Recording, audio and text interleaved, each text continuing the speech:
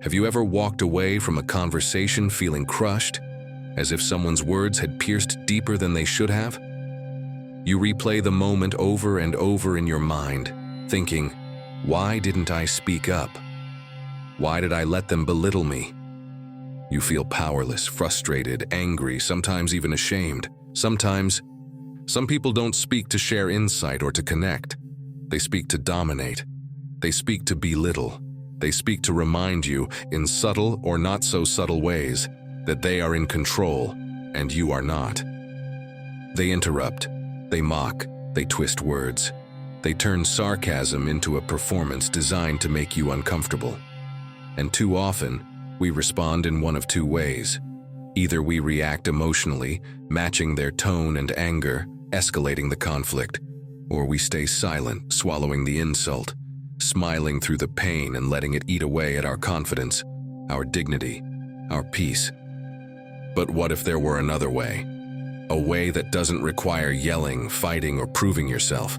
A way that leaves rude people speechless, not because you humiliate them, but because you've reclaimed control, clarity, and calm. This is the Stoic way.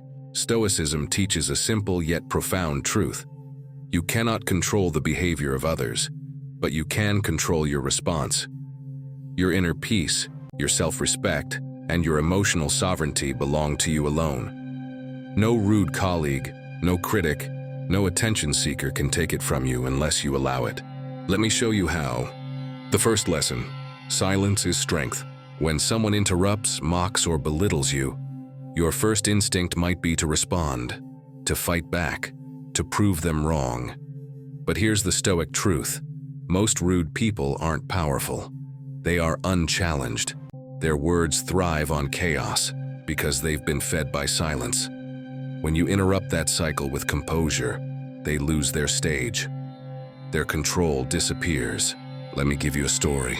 I was in a meeting once presenting a project I had poured weeks of research and strategy into. Every detail carefully prepared. Halfway through, a colleague, let's call him Colin, smirked and cut in. "Do you even understand what you're saying? Sounds like fluff to me." I felt the familiar burn in my chest. My first instinct was to defend myself, to snap back, to prove him wrong. But instead I paused. Calm, grounded, precise, I said, "I'm not the one. Try someone who tolerates nonsense." The room went silent. Colin blinked, the smirk faded, and no one laughed. No one defended him. Why? Because my response didn't escalate. It removed the illusion of control from him. Most rude people thrive on a reaction. They want to provoke anger, humiliation, or shame. They want you off balance.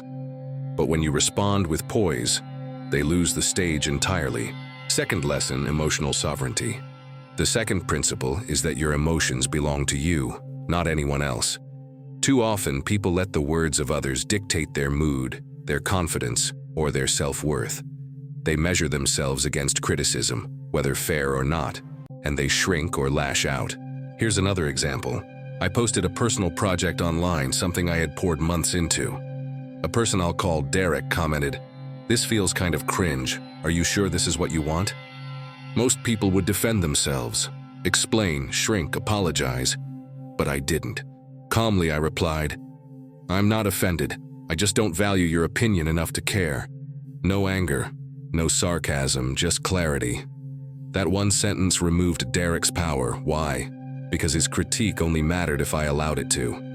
Your emotions are yours to guard. People only wound you when you privately believe the narrative they are spinning. Stoicism teaches us to treat others' words like reflections, not facts. They say more about the speaker than about you. The loudest critics are often the ones furthest from creating, from risking, from showing up. They judge from the sidelines because it's safer. Third lesson: disarm with clarity. The third principle is disarming rudeness with precision. Some people insult, provoke, or dominate not because of what they think, but because of what they need. Recognition, attention, power. They starve for relevance and will lash out to get it. Imagine a gathering of friends.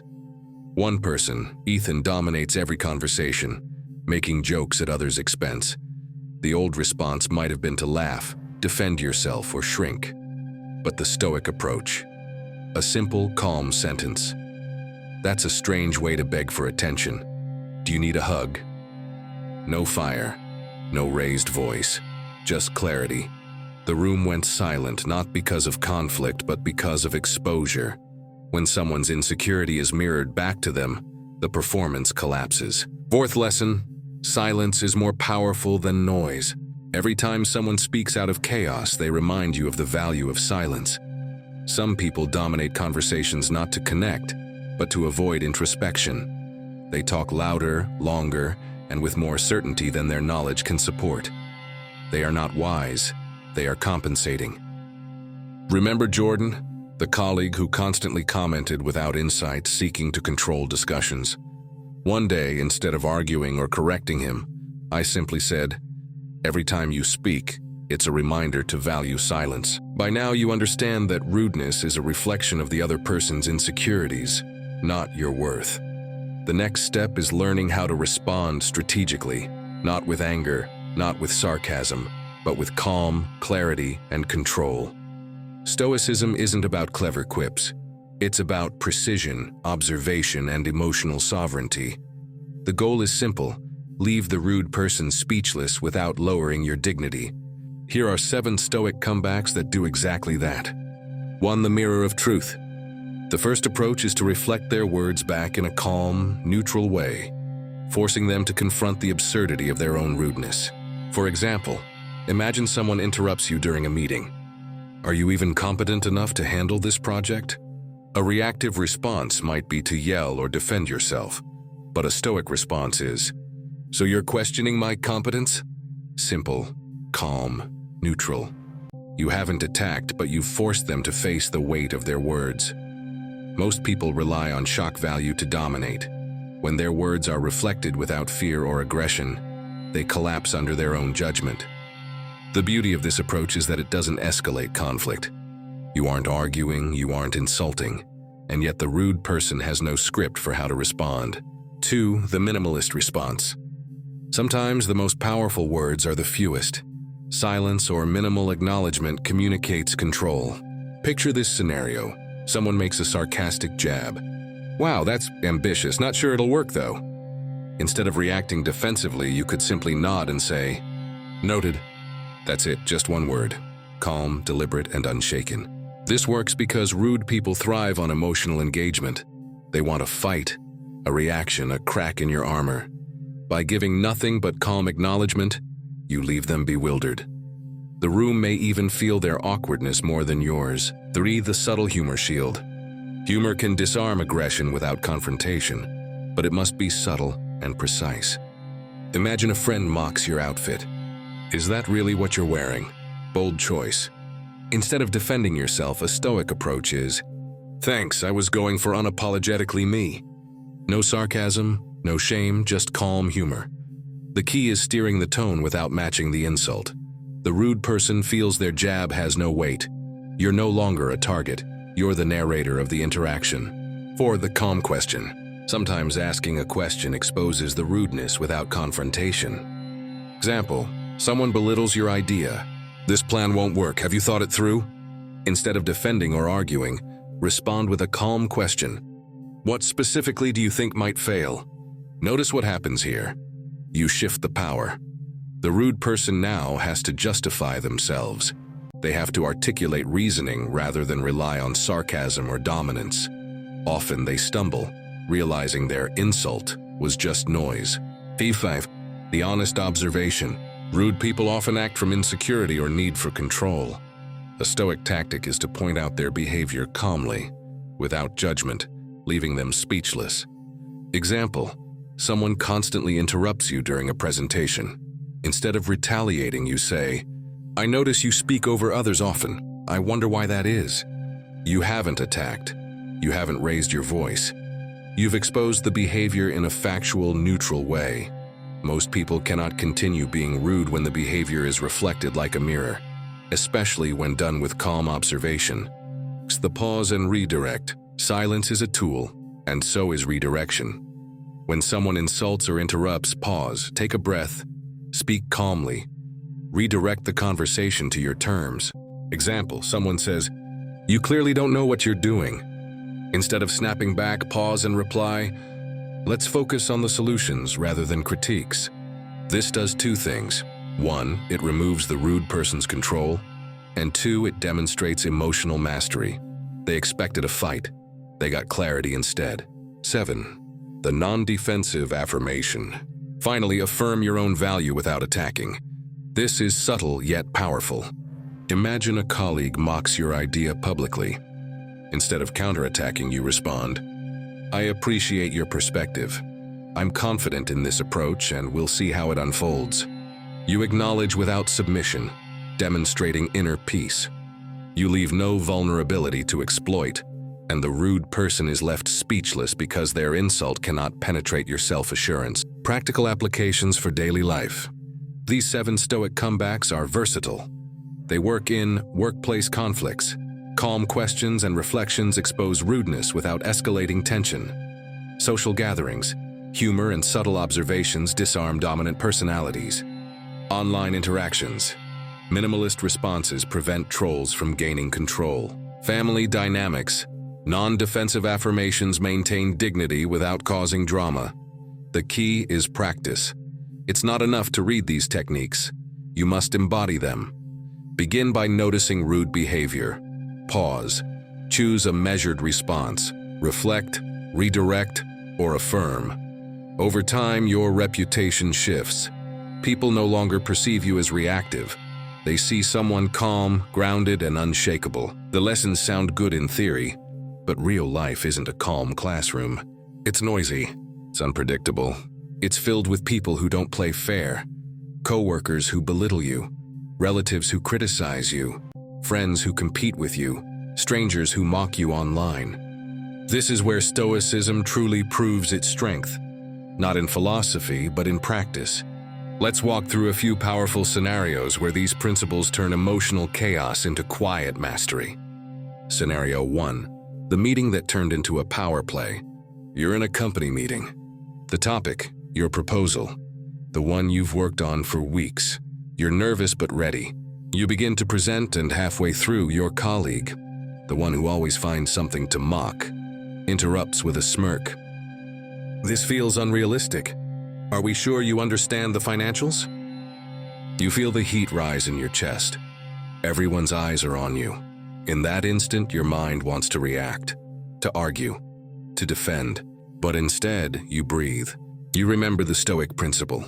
Control what you can, release what you can't. You look at him calmly and say, "So you're questioning my understanding?" You don't raise your voice. You don't smile sarcastically. You just mirror his words back. Silence. He stammers, I'm just saying it seems complicated." You nod. "That's why I spent 3 weeks running the numbers. Let me walk you through them." You continue. The tension dissolves. The authority shifts. The entire room now listens to you, not because you dominated, but because you refuse to be pulled into his chaos. That's Stoicism in motion. It's not about sounding clever. It's about staying composed while others lose control. Scenario 2. The family critic.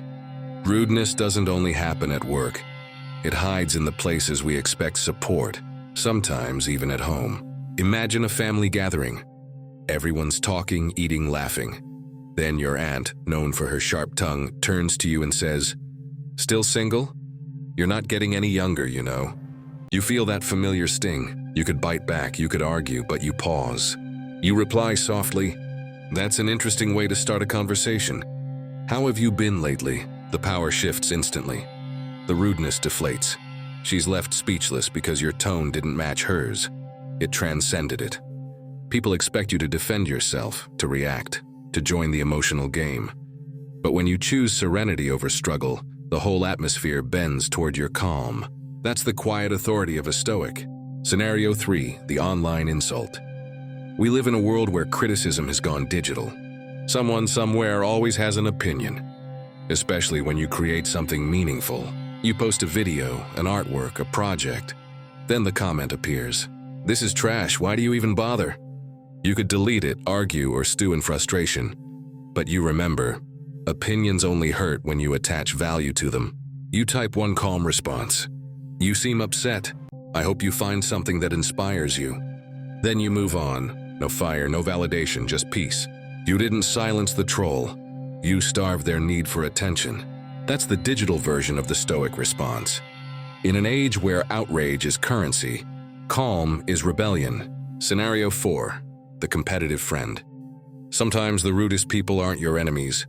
They're your friends who secretly compete with you. You mention a promotion and your friend smirks. Oh, must be nice. Guess your company doesn't care about real talent. You could confront them. You could end the friendship, but instead you reply, "It is nice, I've worked hard for it. You'll get your moment too." Simple, kind, unbothered. You've shown grace without submission. You've turned envy into exposure. The rudeness loses its edge because you're not defending your worth. You're affirming it. Scenario 5, the stranger's challenge. One of the most powerful Stoic lessons comes when a stranger tests your patience. You're in line at a cafe. Someone cuts ahead, looks you in the eye, and says, "What? You were too slow." Your instincts scream to react, to argue, to prove your place. But you take a slow breath. You must be in a hurry. Go ahead. You step back, not in defeat but in dominance. Why? Because you've chosen your peace over your pride.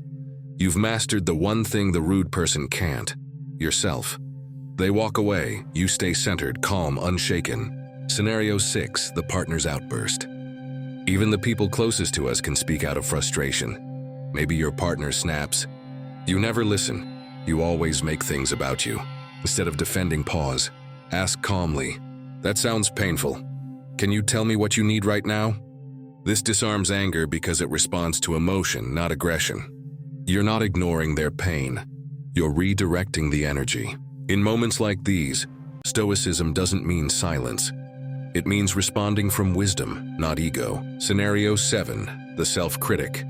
Sometimes the rudest voice isn't from others. It's from within. The voice that says, "You're not good enough. You always mess things up. You don't belong here." The Stoic response? You're allowed to exist in peace. Talk to yourself the way a Stoic would, calmly, clearly, compassionately. Because if you can silence your inner critic, the outer critics lose all power. The core of every response. Across every scenario, one truth remains constant. Rudeness dies in silence and exposure. The moment you stop feeding it with reaction, it starves. People expect chaos in return for chaos. They expect emotion. They expect to win control.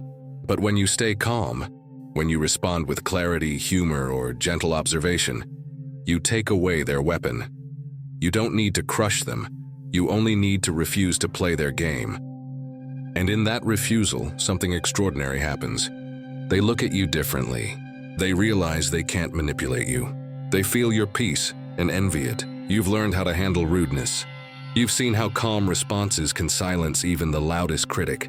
But here's the deeper truth. You can't just act stoic in the moment.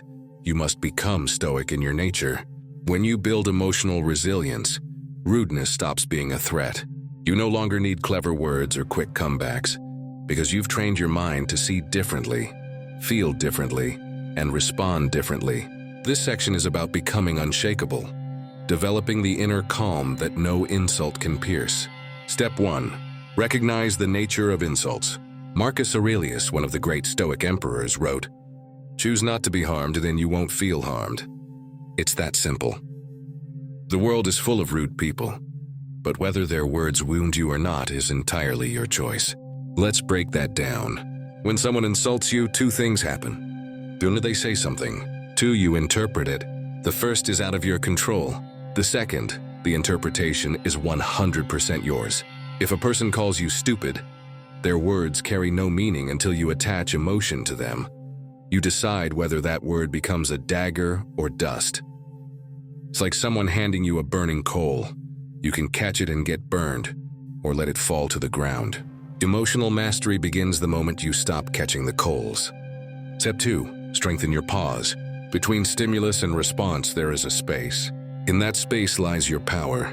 Every rude comment, every sarcastic tone, every criticism, it all triggers emotion before logic. But Stoicism teaches you to stretch that space, to insert a pause. When someone mocks you, take one deep breath.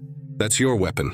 That single breath creates distance, enough to think, to choose, to decide whether their words deserve a reaction at all. Seneca said, "Anger, if not restrained, is often more harmful to us than the injury that provokes it." When you pause, you protect yourself from reacting out of impulse. You become the observer, not the victim.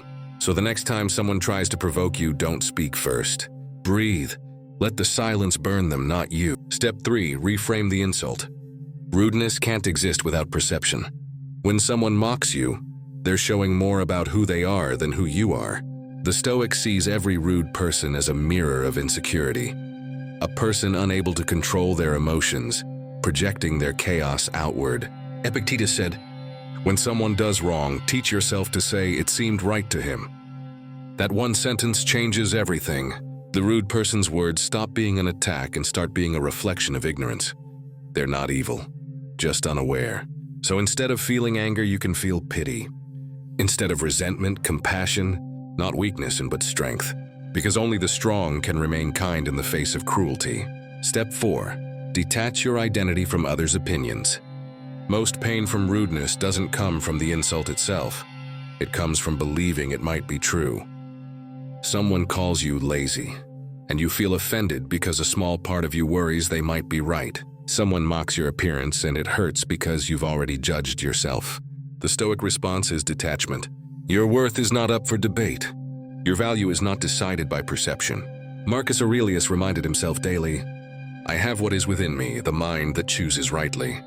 No one can insult you unless you secretly hand them that permission. Detach your self-image from external validation. Detach your mood from other people's opinions. Detach your peace from the world's noise. Because if you only feel confident when people approve of you, you're not free. You're enslaved. Step 5, practice mental minimalism. Rude people often overwhelm us because we give them too much mental space. We replay their words. We analyze what they meant. We craft imaginary comebacks hours later. That's wasted energy. The Stoic solution? Mental minimalism. Ask yourself one question. Does this deserve my peace? If the answer is no, let it go. Every thought is like a guest. Some deserve to stay. Others need the door closed immediately. Don't let every rude comment rent space in your mind. Reserve your attention for growth, not gossip. Remember, what you think about repeatedly becomes your reality. And if you spend hours thinking about rude people, you live in their world, not yours. Step 6, master emotional alchemy. Stoicism is emotional alchemy, turning negativity into strength. When someone insults you, you have 3 choices. 1, absorb the negativity. 2, reflect it back with anger. 3, transform it into wisdom. Option 3 is where mastery lives. Let their cruelty remind you of your calm. Let their arrogance sharpen your humility. Let their impatience deepen your composure. You can turn every rude encounter into training, every insult into a lesson. The Stoic doesn't seek comfort, they seek clarity. They don't ask for the world to be polite. They learn to remain peaceful regardless. That's real power. Step 7, strengthen your internal dialogue. The Stoic's most powerful weapon isn't silence, it's self-talk. When the world gets loud, your inner voice must become steady. Repeat to yourself, "I control my response. This does not define me. I am calm no matter the storm." These aren't affirmations, they're anchors. Each repetition rewires your brain to resist external chaos. Over time, you'll notice that insults slide off you like water off stone, not because you've hardened, but because you've stopped identifying with external noise. You've learned the tools, you've seen the comebacks, you've practiced the mindset. But Stoicism isn't about memorizing techniques. It's about transformation. The ultimate goal is not to silence rude people. The goal is to elevate yourself so high that rudeness can't reach you, to become untouchable.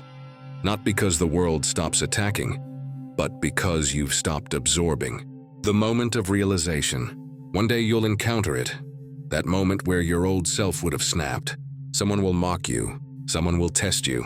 Someone will talk down to you just to feel taller. And instead of reacting, you'll feel something unexpected.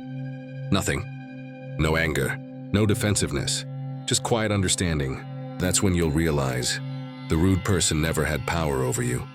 You simply hadn't noticed your own. It's not that they became less cruel.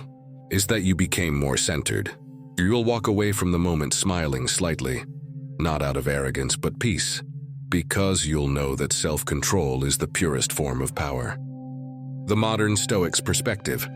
To live as a modern Stoic in today's noisy world is an act of rebellion. We live in an age where outrage is entertainment, where people build identities around arguments, where silence is mistaken for weakness and calmness is misread as apathy. But the Stoic knows something deeper. Power doesn't need to shout. Truth doesn't need to argue. Peace doesn't need to prove itself. The more you practice composure, the more you'll see how desperate others are for attention, how fragile arrogance truly is, how chaos feeds on reaction. You'll begin to see rude people not as enemies but as teachers, each one showing you where your ego still clings, where your patience still wavers, where your peace still depends on approval. And slowly you'll start to thank them, silently, inwardly, for helping you train your calm. The Stoic's way of seeing the world. Imagine two people hearing the same insult.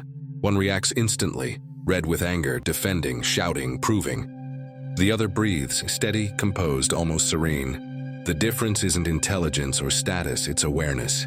The Stoic sees insults as echoes, sounds without meaning unless you give them power. They understand that words are just vibrations in the air.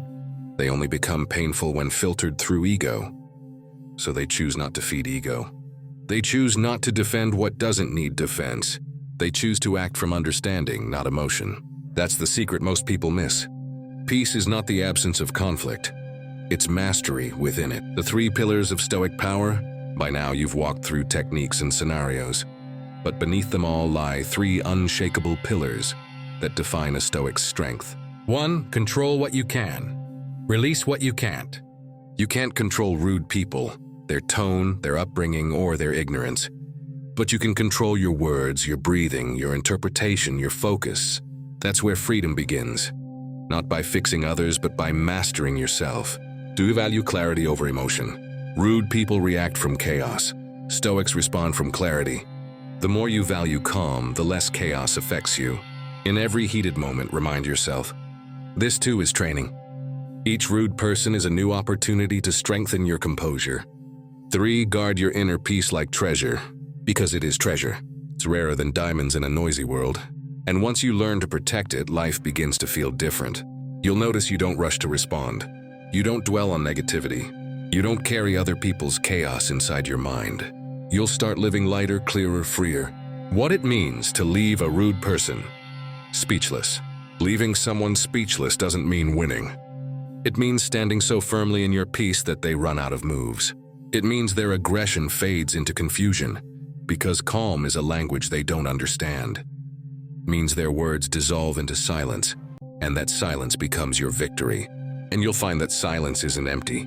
It's full of dignity. It's full of presence. It's full of power, because in that silence you're not just refusing to react, you're choosing who you are. The ripple effect of calm. When you master calmness, you don't just change yourself, you change the room. People begin to lower their voices around you. Arguments lose heat in your presence. Even rude people hesitate before speaking. Why? Because calm energy commands respect. It's rare, it's magnetic, it's quietly dominant. You don't need to demand respect when your presence already earns it. And slowly the world adjusts to your frequency, because the one who controls themselves controls the environment. The final reflection. Look back for a moment. Every insult, every interruption, every rude encounter you've ever faced, all of them trained you for this. Each one was an invitation to rise above, to grow thicker skin without growing a harder heart. You're not the same person you were when this video started. You're more aware, more centered, more free. And the next time someone tries to belittle you, you'll remember, you don't need to fight for dignity, you just need to stand in it. Buddhiasiu, the Stoic closing words. Epictetus said, "No man is free who is not master of himself." That's the essence of this journey. To master yourself is to be immune to rudeness, impervious to insult, and untouchable in your peace. To walk through chaos without absorbing it. To respond not with ego, but with understanding. You'll realize that you don't need to leave a rude person speechless. They silence themselves the moment you stop reacting, because the loudest noise in any room will always be the sound of your calm. So walk through the world quietly powerful. Speak less, observe more. Act with intention. Guard your peace. And when rudeness tries to provoke you again, smile. You've already won.